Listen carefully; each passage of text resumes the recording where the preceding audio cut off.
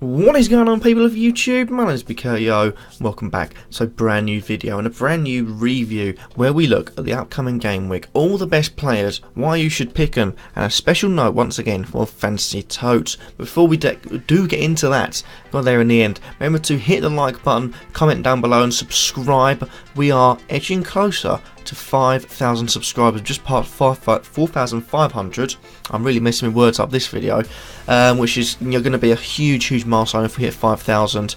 I'm not expecting any time frame on it, but if you could just subscribe and like, that'd be much appreciated. But we have got a video to get on with. Let's start with the goalkeepers, shall we? And the four goalkeepers I have for you are Lloris from Tottenham, De Gea from Man United, you've got Foster from West Brom, and Hennessy from Crystal Palace. Now, I like these four.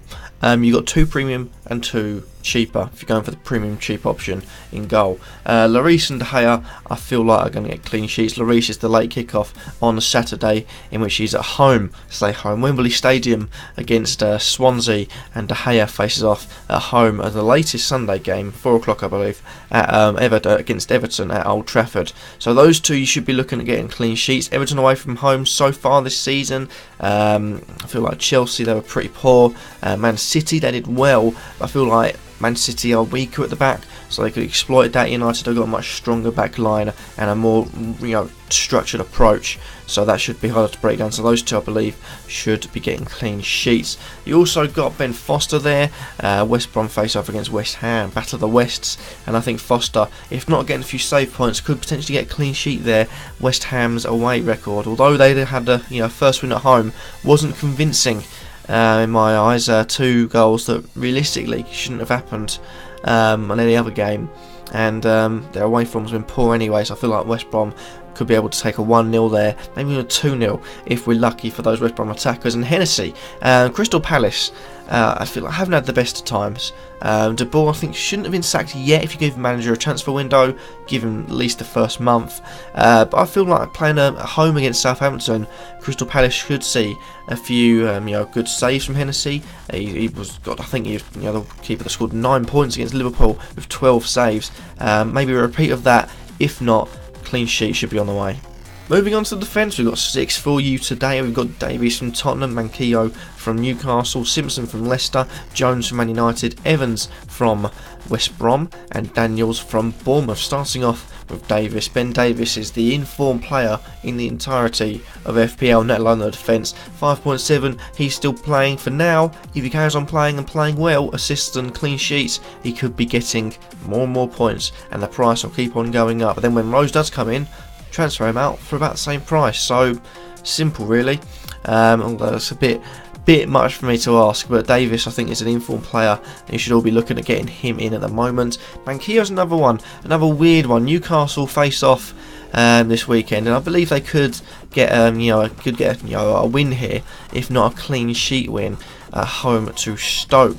Hosselu maybe getting the goal against his own old club, but if the loan rules apply, that is. Manquillo, I think, could be a good cheap player to bring in for your teams as Newcastle look to improve. Another one is Danny Simpson.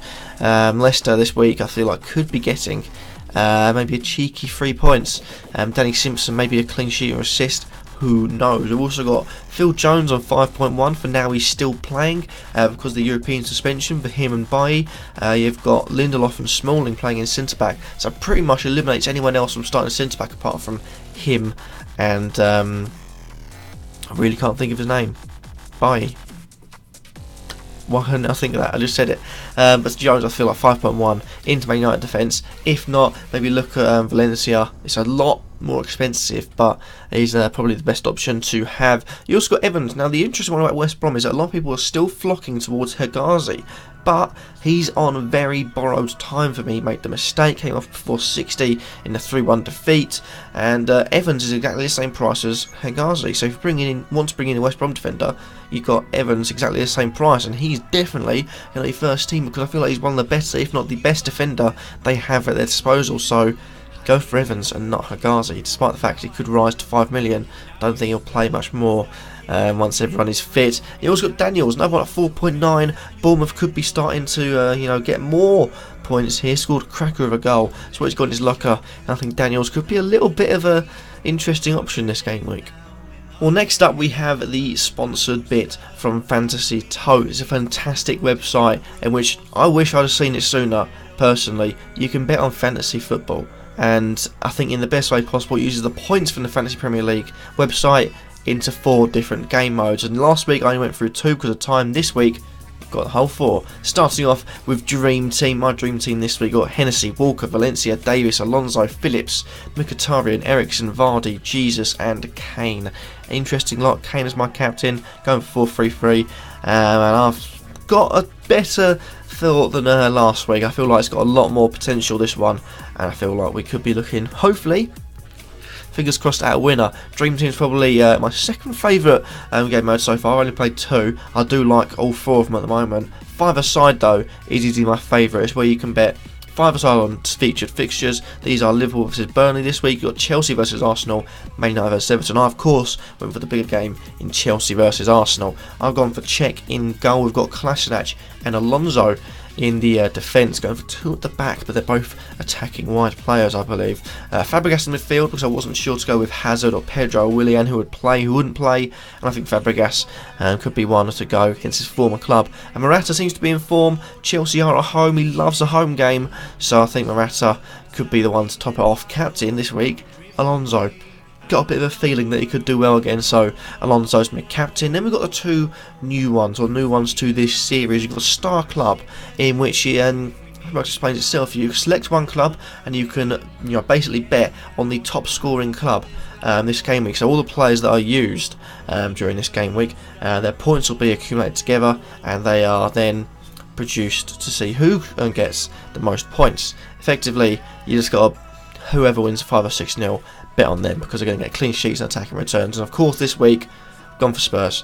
It's a simple option for me, and I feel like home against Swansea, clean sheet, a couple of goals, should be the teams to beat.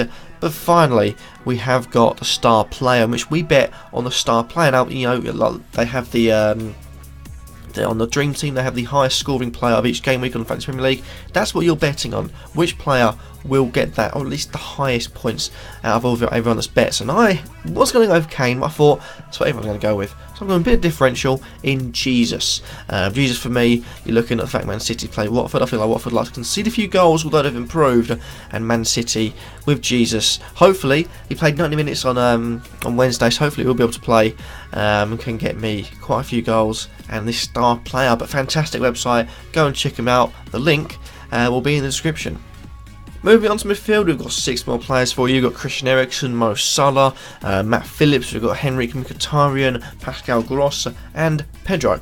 So I don't know if he's got a first or last name, and if it is, too late, I've forgotten it. But Eriksen, 9.7, gives you that Tottenham coverage, and it's going to be so vital against Swansea. Thinking set plays could be good, you think an enemy could be good, anything could be good. And Eriksen, you got an assist for Kane's 3rd goal. So if Kane's going to score, Eriksen will most likely assist it, which is good news for any Eriksen owners. I've got him from the start, and I think you two should do. You two should bring him in. There we go. Mo Salah, Liverpool is 9.1, and Liverpool face off this game week. We're going to try and find it against Burnley. Now, Burnley are quite a bogey team. Away from home, they're doing alright. Unbeaten so far, but I feel like Liverpool could blow them away. But they have got potential to win that 1-0 as well, Liverpool. And I think Mo Salah, with his pace, could be the one to break down the Burnley defence. Matt Phillips is an interesting one. I feel like West Brom are going to score at least once against a West Ham side that do not like playing away. And I see him, £6 million as a decent option for the future as well. Bit of a unit going down the wings, could be good.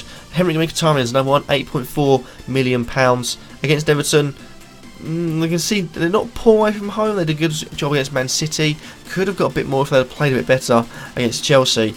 But for now, Mkhitaryan, I feel like, could be the one to tear Everton apart, and 8.4 million is a decent price for that. You also got Pascal Gross there, 5.4. Plays further forward than an average midfielder, so it could be good to bring him in, especially as Brighton face off against Bournemouth, who haven't won a game and like to concede goals. And Pedro finally, taking a risk. Could be Pedro. Was going to put Fabregas, but Pedro's there instead. Although I said I don't know who's going to play, Pedro for me is the most nailed on one.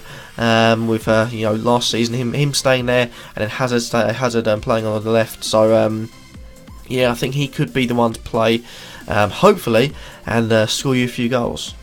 Finally, we are going to go on to the attackers, and we've got Kane, Firmino, Vardy, Jesus and Joselu. Starting off with Kane, 12.4, gets you a striker that's in form in September. I haven't still brought him in because I feel like I've got a better option if you are looking for that big man up front for you to score goals. Kane is your one, and especially at home to Swansea. You've also got Firmino, 8.5 million, Vardy 8.5 million. Firmino against Burnley could be off penalty taking duties. Hopefully he'll get another chance, and Vardy as well, the pace could be able to break down a rather sturdy looking Huddersfield team. You also got Jesus there, 10.4. I do feel lucky because you'll get a goal if he starts. He did play 90 minutes on Wednesday. And Joselu at 5.5 gives you an option of, I do love players that score against their old teams. He should be unable to play. I think it's a loan deal as far as I'm correct me if I'm wrong in the comments down below. And players love to score against their old clubs or parent clubs, so I feel like Joselu is definitely one to score this week.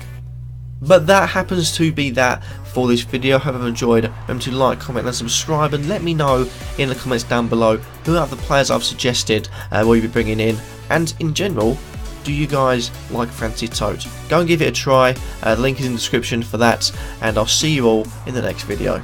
Peace.